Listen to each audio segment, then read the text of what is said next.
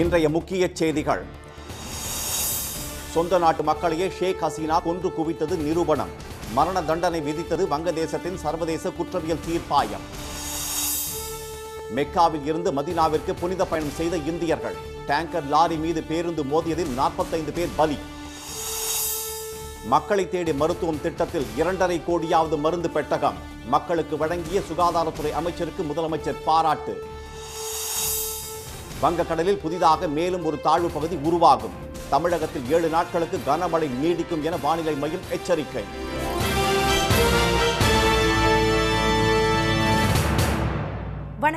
வணக்கம்.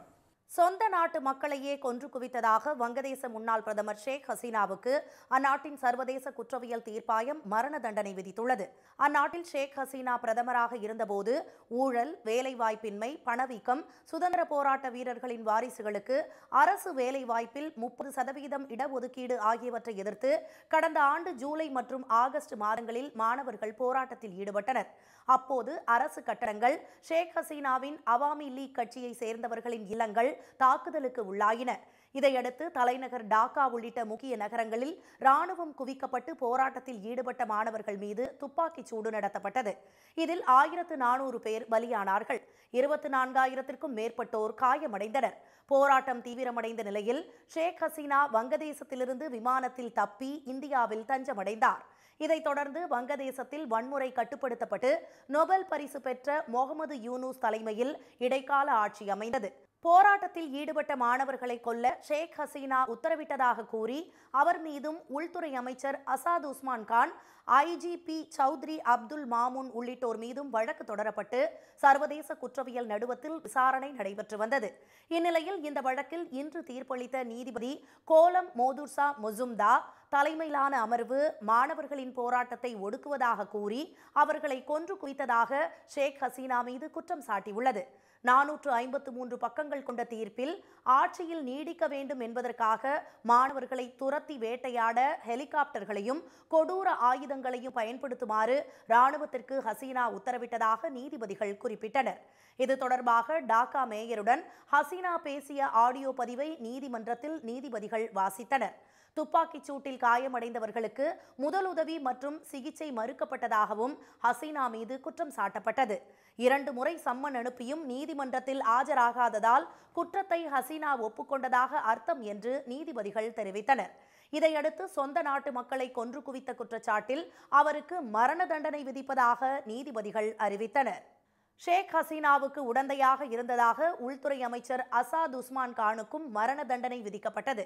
அதே சமயம் கடந்த ஜூலை மாதம் நடந்த விசாரணையின் போது குற்றத்தை ஒப்புக்கொண்டு அரசு தரப்பு சாட்சியாக மாறியதால் ஐஜிபி சௌத்ரி அப்துல்லா மாமூனுக்கு 5 ஆண்டுகள் சிறை தண்டனை மட்டும் விதிக்கப்பட்டுள்ளது. இந்த தீர்ப்பு ஒருதலை பட்சமானது, அரசியல் உள்நோக்கம் கொண்டது என்று ஷேக் ஹசீனா விமர்சித்துள்ளார். மக்களால் தேர்ந்தெடுக்கப்படாத அரசால் ஏற்படுத்தப்பட்ட மோசடியான தீர்ப்பாயம் வழங்கியுள்ள தீர்ப்பு இது என்றும் சர்வதேச குற்றவியல் தீர்ப்பாயம் தம்மீது சுமத்தியுள்ள அனைத்து குற்றச்சாட்டுகளையும் மறுப்பதாகவும் அவர் கூறியுள்ளார். தீர்ப்பை கண்டித்து நாளை நாடு தழுவிய முழு அடைப்பு போராட்டத்திற்கு அவாமி லீக் கட்சி அழைப்பு விடுத்துள்ளது. ஷேக் ஹசீனாவுக்கு எதிரான வழக்கில் இன்று தீர்ப்பு வழங்கப்பட்டதை அடுத்து நாடு முழுவதும் ராணுவம் குவிக்கப்பட்டு பாதுகாப்பு பலப்படுத்தப்பட்டுள்ளது. கலவரத்தில் ஈடுபடுபவர்களை கண்டதும் சுடவும் உத்தரவு பிறப்பிக்கப்பட்டுள்ளது.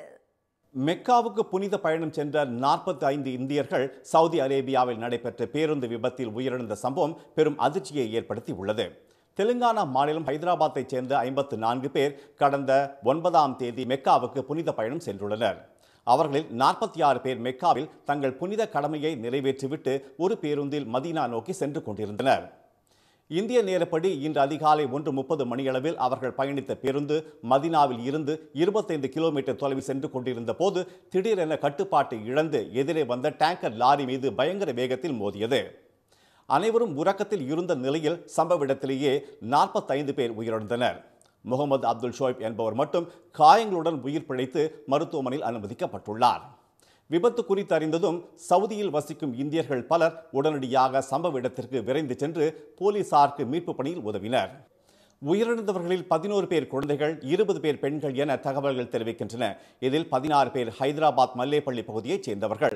மற்றவர்கள் டோலி சவுக், ஆசிப் நகர், கோஷா மஹால் பகுதிகளைச் சேர்ந்தவர்கள் என்பது தெரிய வந்துள்ளது.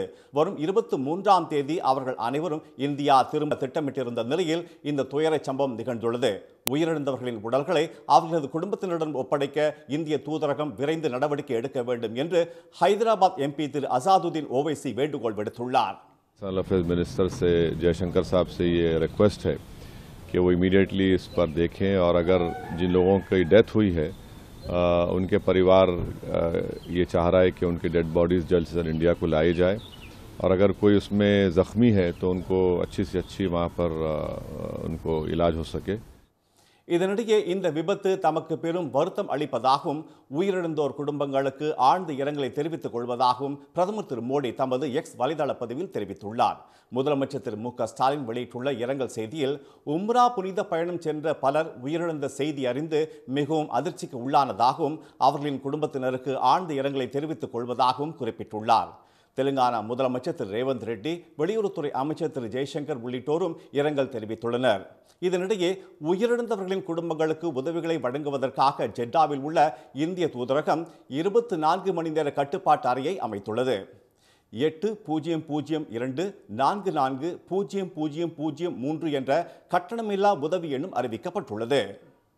மக்களை தேடி மருத்துவம் திட்டத்தின் கீழ் 2,50,00,000வது பயனாளிக்கு மருந்து பெட்டகத்தை வழங்கிய தமிழ்நாடு சுகாதாரத்துறைக்கு முதலமைச்சர் திரு மு க ஸ்டாலின் வாழ்த்து தெரிவித்துள்ளார். பொதுமக்களின் இல்லங்களுக்கே சென்று உயர் இரத்த அழுத்தம், நீரிழிவு உள்ளிட்ட தொற்றா நோய்களுக்கு பரிசோதனைகள் செய்து மருந்துகள் வழங்குவதற்காக மக்களை தேடி மருத்துவம் என்ற திட்டத்தை கடந்த 2021ஆம் ஆண்டு ஆகஸ்ட் 5ஆம் தேதி தமிழ்நாடு அரசு தொடங்கியது. மகளிர் சுகாதார தன்னார்வலர்கள் தொற்றா நோய்களை கண்டறிந்து மக்களுக்கு ஆலோசனைகளை வழங்குவதோடு மட்டுமல்லாமல் நாள்தோறும் நோயாளிகளுக்கு மருந்துகளை வீடுகளுக்கே சென்று வழங்கி வருகிறார்கள். மக்களிடம் இத்திட்டம் பெரும் வரவேற்பை பெற்றுள்ள நிலையில் கடந்த மாதம் 25ஆம் தேதி நியூயார்க்கில் நடைபெற்ற ஐக்கிய நாடுகள் பொது சபையின் 79வது கூட்டத்தில் மக்களை தேடி மருத்துவம் திட்டத்தை தீட்டி செயல்படுத்திய தமிழ்நாடு சுகாதாரத்துறைக்கு 2024ஆம் ஆண்டிற்கான United Nation interagency task force award வழங்கப்பட்டது. பயனாளர்களின் எண்ணிக்கை தற்போது 2.5 கோடியாக உயர்ந்துள்ள நிலையில் எக்ஸ் தளத்தில் முதலமைச்சர் திரு மு க ஸ்டாலின் இன்று வாழ்த்து தெரிவித்துள்ளார். அதில் தடம் மாறாத பயணம், தொற்றா நோய்களின் கட்டுப்பாடு என சாதனை படைத்து ஐநா விருதை வென்ற இத்திட்டத்தின் 2,50,00,000வது பயனாளியான தஞ்சை மாவட்டம் தென்னங்குடியை சேர்ந்த மனோன்மணிக்கு மருந்து பெட்டகத்தை வழங்கியுள்ள அமைச்சர் திரு மா சுப்பிரமணியத்திற்கு வாழ்த்துக்கள் என தெரிவித்துள்ளார். நலமான தமிழ்நாட்டை உருவாக்கிடும் இத்திட்டத்தை கண்காணித்து சிறப்பாக செயல்படுத்தி வரும் துறையின் செயலாளர் உள்ளிட்ட அதிகாரிகளுக்கும் களத்தில் உறவென நின்று மக்களை கவனிக்கும் மருத்துவ பணியாளர்களுக்கும் வாழ்த்துக்கள் என்றும் அவர் கூறியுள்ளார். வங்கக்கடலில் காற்றழுத்த தாழ்வு பகுதி நிலவி வரும் நிலையில் மேலும் ஒரு தாழ்வு பகுதி உருவாகும் என்று சென்னை வானிலை ஆய்வு மையம் எச்சரித்துள்ளது. சென்னையில் இன்று அதிகாலை முதல் விட்டு சாரல் மழை பெய்து வருகிறது. தாம்பரம், சோழிங்கநல்லூர், மேடவாக்கம், குன்றத்தூர், பூவிருந்தவல்லி, ஆவடி, அம்பத்தூர், எண்ணூர், திருவொற்றியூர் உள்ளிட்ட பகுதிகளில் பெய்து வரும் மழையால் இதமான சூழல் நிலவி வருகிறது. காஞ்சிபுரம், செங்கல்பட்டு, மதுராந்தகம், கல்பாக்கம், மரக்காணம் ஆகிய இடங்களில் காற்றுடன் பெய்த மழையால் சாலைகளில் தண்ணீர் பெருக்கெடுத்து ஓடியது. கள்ளக்குறிச்சி மாவட்டம் உளுந்தூர்பேட்டை, நாகை மாவட்டம் வேதாரண்யம் பகுதிகளில் கொட்டிய மழையால் விவசாயிகள் மகிழ்ச்சி அடைந்தனர். தொடர்ந்து விட்டு பெய்து வரும் மழையால் வேதாரண்யத்தில் உப்பு உற்பத்தி பாதிக்கப்பட்டுள்ளது. இதற்கிடையே தென்மேற்கு வங்கக்கடல் பகுதியில் நிலவி வரும் காற்றழுத்த தாழ்வு பகுதி இன்று இலங்கை கடலோர பகுதிகளில் நிலவுவதாகவும் இது அடுத்த 24 மணி நேரத்தில் மேற்கு வடமேற்கு திசையில் மெதுவாக நகரக்கூடும் என்றும் சென்னை வானிலை ஆய்வு மையம் தெரிவித்துள்ளது. வரும் 22ஆம் தேதி தென்கிழக்கு வங்கக்கடல் பகுதியில் புதிதாக காற்றழுத்த தாழ்வு பகுதி உருவாகக்கூடும் என்று கூறியுள்ள வானிலை ஆய்வு மையம், இதனால் தமிழ்நாட்டில் 7 நாட்களுக்கு கனமழை பெய்யும் என்று எச்சரித்துள்ளது. சென்னை, செங்கல்பட்டு, திருவள்ளூர், காஞ்சிபுரம், மயிலாடுதுறை, நாகை, திருவாரூர் மாவட்டங்களில் இன்று கன முதல் மிக கனமழை பெய்யும் என்றும், அரியலூர், கடலூர், விழுப்புரம், தஞ்சை, புதுக்கோட்டை, ராமநாதபுரம், தூத்துக்குடி, நெல்லை, கன்னியாகுமரி மாவட்டங்களில் ஓரிரு இடங்களில் கனமழை பெய்யும் என்றும் சென்னை வானிலை ஆய்வு மையம் தெரிவித்துள்ளது. கன்னியாகுமரி, நெல்லை, தூத்துக்குடி, ராமநாதபுரம், சிவகங்கை, விருதுநகர், தென்காசி, தேனி மாவட்டங்களில் நாளை கனமழை பெய்யும் என்றும், மயிலாடுதுறை, கடலூர் மாவட்டங்களில் நாளை மறுநாளும் வரும் 20ஆம் தேதியும் கனமழை பெய்யும் என்றும் வானிலை ஆய்வு மையம் அறிவித்துள்ளது. தமிழ்நாட்டில் வாக்காளர் பட்டியல் சிறப்பு தீவிர திருத்த பணிகளை நாளை முதல் புறக்கணிக்கப் போவதாக வருவாய்த்துறை சங்கங்களின் கூட்டமைப்பு தெரிவித்துள்ளது. தமிழகம் மட்டுமின்றி கேரளா, மேற்கு வங்க மாநிலங்களிலும் எஸ்ஐஆர் எனப்படும் வாக்காளர் பட்டியல் சிறப்பு தீவிர திருத்த பணிகள் நடைபெற்று வருகின்றன. தமிழ்நாட்டில் மட்டும் இதுவரை 6 கோடி வாக்காளர்களுக்கு எஸ்ஐஆர் படிவங்கள் வீடு வீடாக சென்று கொடுக்கப்பட்டுள்ளதாக தேர்தல் ஆணையம் தெரிவித்துள்ளது. இந்நிலையில் உரிய திட்டமிடல், முறையான பயிற்சி, நிதி ஒதுக்கீடு என எதுவும் இல்லாமல் அவசர கதியில் எஸ்ஐஆர் பணிகளில் ஈடுபட ஊழியர்களை நிர்பந்திப்பதால் பணி நெருக்கடி ஏற்படுவதாக வருவாய்த்துறை சங்கங்களின் கூட்டமைப்பு தெரிவித்துள்ளது. ஆய்வுக் கூட்டம் என்ற பெயரில் சார்நிலை அலுவலர்கள் வதைக்கப்படுவது உள்ளிட்டவற்றை உடனே கைவிட வலியுறுத்தி எஸ்ஐஆர் தொடர்பான அனைத்து பணிகளையும் நாளை முதல் புறக்கணிக்கப் போவதாக வருவாய்த்துறை சங்கங்களின் கூட்டமைப்பு அறிவித்துள்ளது. முதலாவதாக படிவங்களை பெறுதல், பதிவேற்றம் செய்தல், ஆய்வுக் கூட்டங்களில் கலந்து கொள்வது உட்பட்ட பணிகளை புறக்கணிக்க முடிவு செய்யப்பட்டுள்ளது. இதனிடையே கூட்டமைப்பு சார்பில் அனைத்து மாவட்ட ஆட்சியர்களிடமும் பெருந்திரள் முறையீடு செய்து பல்வேறு இடங்களில் வருவாய்த்துறையினர் ஆர்ப்பாட்டத்தில் ஈடுபட்டனர். இந்த பணிகளை மேற்கொள்ள கால அவகாசம் அளிப்பதுடன் 1 மாத ஊதியத்தை மதிப்பூதியமாக வழங்க வேண்டும் என வலியுறுத்தி நாளை முதல் எஸ்ஐஆர் பணிகளை புறக்கணிக்கப் போவதாக அந்த கூட்டமைப்பு தெரிவித்துள்ளது. இதற்கிடையே அரக்கோணத்தை அடுத்த சோளிங்கரில் எஸ்ஐஆர் பணியை மேற்கொண்ட தேர்தல் துணை வட்டாட்சியர் திரு பிள்ளையார் என்பவர் திடீரென மயங்கி விழுந்ததாக கூறப்படுகிறது. இதையடுத்து அவரை மீட்ட சக பணியாளர்கள் மருத்துவமனைக்கு அனுப்பி வைத்தனர்.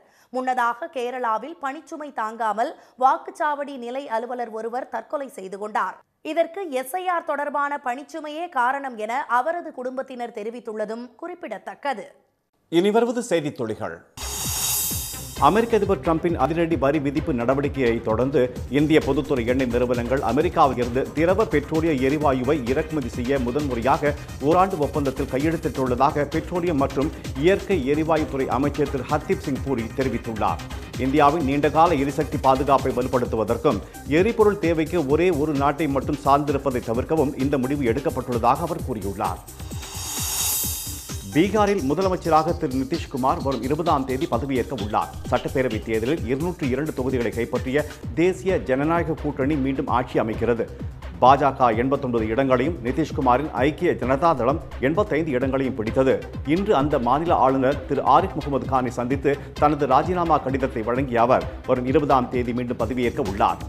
பாட்னாவில் உள்ள காந்தி மைதானத்தில் இதற்கான ஏற்பாடுகள் நடந்து வருகின்றன. பொது இடங்களில் உள்ள கட்சி கொடி கம்பங்களை அகற்ற வேண்டும் என்ற உயர்நீதிமன்ற உத்தரவுக்கு எதிரான மேல்முறையீட்டு வழக்கில் பதிலளிக்க தமிழ்நாடு அரசுக்கு உச்ச நீதிமன்றம் உத்தரவிட்டுள்ளது. இந்திய கம்யூனிஸ்ட் கட்சி தொடர்ந்த மேல்முறையீட்டு மனுவை இன்று விசாரித்த நீதிபதி திரு விக்ரம்நாத் தலைமையிலான அமர்வு தமிழ்நாடு அரசுக்கு நோட்டீஸ் அனுப்ப உத்தரவிட்டதோடு கொடி கம்பம் தொடர்பான மனுக்களோடு இதுவும் சேர்த்து விசாரிக்கப்படும் என்று தெரிவித்தனர். கள்ளக்குறிச்சி அருகே தந்தைக்கு இறுதிச் சடங்கு செய்ய பணம் இல்லாமல் பரிதவித்த பிள்ளைகளுக்கு கிராம மக்களை உதவி செய்திருப்பது நெகிழ்ச்சியை ஏற்படுத்தியுள்ளது. கமலக்கண்ணன் வசந்தி தம்பதிக்கு 4 பிள்ளைகள். இதில் வசந்தி ஏற்கனவே காலமான நிலையில் குழந்தைகளை காப்பாற்றி வந்த கமலக்கண்ணனும் திடீரென நேற்று உயிரிழந்தார். இதையடுத்து இறுதிச் சடங்கு கூட செய்ய காசு இல்லாமல் தவித்த சிறு பிள்ளைகளுக்கு பூட்டை கிராம மக்களே அதற்கான பணத்தை கொடுத்து இறுதி மரியாதை செய்துள்ளனர். பெற்றோரை இழந்த 4 பிள்ளைகளின் கல்விக்கு முதலமைச்சர் உதவ வேண்டும் என்று அந்த கிராம மக்கள் கோரிக்கை விடுத்துள்ளனர். கொடைக்கானலில் நிலவும் கடும் பனிமூட்டத்தால் வாகன ஓட்டிகள் முகப்பு விளக்குகளை எரிய விட்டவாறு சென்றனர். அண்ணா சாலை, மூஞ்சிக்கல், நாயுடுபுரம், செண்பகனூர், பெருமாள்மலை, அடுக்கம், பண்ணைக்காடு ஆகிய பகுதிகளில் இன்று கடும் பனிப்பொழிவு நிலவியது. இதனால் எதிரே வரும் வாகனங்கள் கூட தெரியாமல் வாகன ஓட்டிகள் சிரமத்திற்கு ஆளாகினர். கேரள மாநிலம் கண்ணூரில் நிறைவடையாத பாலத்திற்கு இடையே சொகுசு கார் ஒன்று தலைகீழாக சிக்கிக் கொண்ட காட்சிகள் சமூக வலைதளங்களில் வேகமாக பரவி வருகிறது. கோழிக்கோட்டில் இருந்து கண்ணூருக்கு சென்ற அந்த கார் பணிகள் நிறைவடையாத பாலத்தில் சென்ற போது இந்த நிலை ஏற்பட்டது.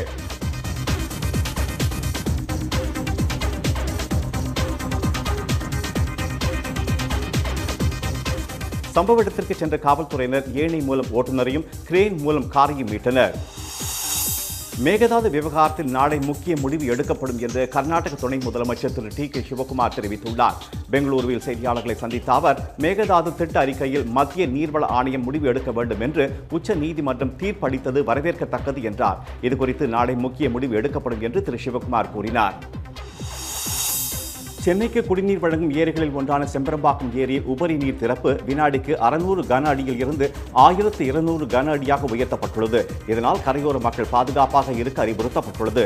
24 அடி உயரமுள்ள ஏரியின் நீர்மட்டம் 21 அடிக்கு மேல் உள்ளதாலும் கனமழை பெய்ய வாய்ப்பு உள்ளதாலும் இந்த முடிவு எடுக்கப்பட்டுள்ளது. தமிழ்நாட்டின் பல்வேறு பகுதிகளில் உள்ள ஐயப்பன் கோயில்களில் கார்த்திகை 1ஆம் தேதியை முன்னிட்டு ஏராளமானோர் நீண்ட வரிசையில் நின்று மாலை அணிந்து கொண்டனர். செங்கல்பட்டு, காஞ்சிபுரம், மதுரை, ராமநாதபுரம், தூத்துக்குடி, சேலம் உள்ளிட்ட இடங்களில் ஐயப்பன் கோயில்களில் அதிகாலையிலேயே நீண்ட வரிசையில் காத்திருந்த பக்தர்கள் மாலை அணிந்து 48 நாள் விரதத்தை தொடங்கினர். திருநின்றவூர் ஐயப்பன் கோயிலில் 1000க்கும் மேற்பட்டோர் மாலை அணிந்து சாமி தரிசனம் செய்தனர். டாஸ்மாக் முறைகேடு வழக்கில் ஆகாஷ் பாஸ்கரிடம் இருந்து கைப்பற்றப்பட்ட ஆவணங்களை திருப்பி ஒப்படைக்க வேண்டும் என்ற உத்தரவில் திருத்தம் கோரி அமலாக்கத்துறை தாக்கல் செய்த மனுவை உச்சநீதிமன்றம் தள்ளுபடி செய்துள்ளது. சென்னை உயர்நீதிமன்றம் பிறப்பித்த உத்தரவில் தலையிட முடியாது என்றும் எந்த திருத்தமும் செய்ய முடியாது என்றும் நீதிபதி J.K. மகேஸ்வரி தலைமையிலான அமர்வு மீண்டும் தெரிவித்துள்ளது. இன்றைய வர்த்தக முடிவில் மும்பை பங்குச்சந்தை குறியீட்டின் சென்செக்ஸ் 388 புள்ளிகள் அதிகரித்து 84,951 புள்ளிகளாக இருந்தது. தேசிய பங்குச்சந்தை குறியீட்டின் நிப்டி 103 புள்ளிகள் உயர்ந்து 26,013 புள்ளிகளாக நிறைவடைந்தது. சென்னையில் இந்து ஆபரண தங்கத்தின் விலை சவரனுக்கு 80 ரூபாய் குறைந்து ஒரு சவரன் 92,320 ரூபாயாகவும் ஒரு கிராம் 11,540 ரூபாயாகவும் உள்ளது. வெள்ளி விலை கிராமுக்கு 2 ரூபாய் சரிந்து ஒரு கிராம் 173 ரூபாயாக உள்ளது. மீண்டும் இன்றைய முக்கிய செய்திகள். சொந்த நாட்டு மக்களையே கொன்று குவித்ததாக வங்கதேச முன்னாள் பிரதமர் ஷேக் ஹசீனாவுக்கு அந்நாட்டின் சர்வதேச குற்றவியல் தீர்ப்பாயம் மரண தண்டனை விதித்துள்ளது. மெக்காவுக்கு புனித பயணம் சென்ற 45 இந்தியர்கள் சவுதி அரேபியாவில் நடைபெற்ற பேருந்து விபத்தில் உயிரிழந்த சம்பவம் பெரும் அதிர்ச்சியை ஏற்படுத்தியுள்ளது. வங்கக்கடலில் காற்றழுத்த தாழ்வு பகுதி நிலவி வரும் நிலையில் மேலும் ஒரு தாழ்வு பகுதி உருவாகும் என்று சென்னை வானிலை ஆய்வு மையம் எச்சரித்துள்ளது. இத்துடன் இந்த செய்திகள் நிறைவடைந்தன. மீண்டும் சன் டிவியில் செய்திகள் காலை 7:30 மணிக்கு. செய்திகளை உடனுக்குடன் தெரிந்து கொள்ள QR கோடை ஸ்கேன் செய்து சன் நியூஸ் வாட்ஸ்அப் சேனலில் இணைந்திருங்கள். வணக்கம். வணக்கம்.